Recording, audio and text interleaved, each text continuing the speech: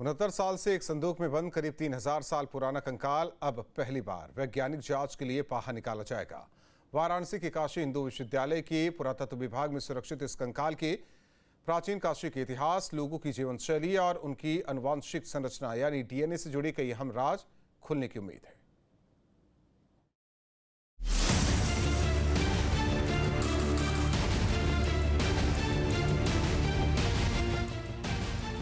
रहस्य, इतिहास और विज्ञान का एक ऐसा अनूठा संगम जो भारतीय सभ्यता की कहानी को एक नया मोड़ दे सकता है। वाराणसी के काशी हिंदू विश्वविद्यालय के पुरातत्व विभाग में पिछले 69 सालों से एक संदूक बेहद सुरक्षित रखा गया था।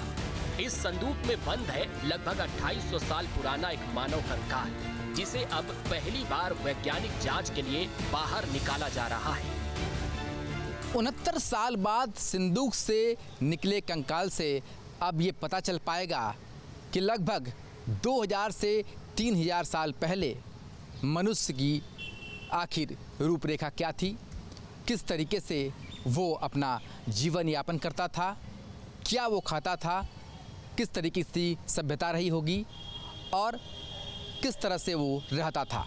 दरअसल 1957 से 1958 के बीच वाराणसी के राजघाट में खुदाई हुई और वहाँ पर लगभग 6 फीट का एक कंकाल मिला, जिसे बीएचयू में पूरी तरीके से सुरक्षित तौर पर रख दिया गया।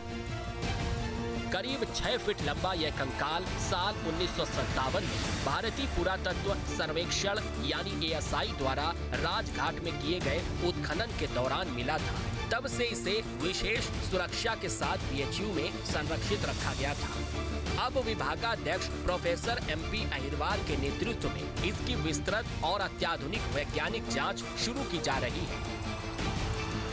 वहाँ पर जो भी सामग्री मिली हमें, एंटिक्विटीज, आर्टिफैक्ट्स जो भी कह लीजिए आप, वो मिले और उनकी रिपोर्ट भी कुछ पब्लिश हुई है, कुछ अभी पब्लिश होना भी बाकी है। बहुत सारा मटेरियल हमारे पास रखा हुआ है। उसी में से हमारे संग्रह में एक ये नरकंकाल भी था। तो ये उस समय कोई साइंटिफिक स्टडीज़ हुई नहीं थी क्योंकि उस समय सुविधाएं भी नहीं थी हमारे देश में, लेकिन आज का विज्ञान काफ़ी तरक्की कर चुका है और हम हड्डियों से डीएनए निकाल करके बहुत कुछ हासिल कर सकते हैं।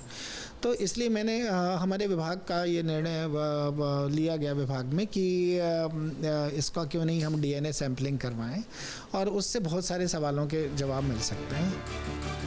इस महा रिसर्च के लिए बीएचयू के जीन वैज्ञानिक प्रोफेसर ज्ञानेश्वर चौबे और हैदराबाद के सीडीएफडी के वैज्ञानिक डॉक्टर प्रज्वल प्रताप सिंह की टीम जुटी है। रेडियो कार्बन डेटिंग से कंकाल की सटीक उम्र पता चलेगी, जबकि डीएनए परीक्षण से उस दौर के लोगों की आनुवांशिक बनावट और उनके वंश का पता लगेगा।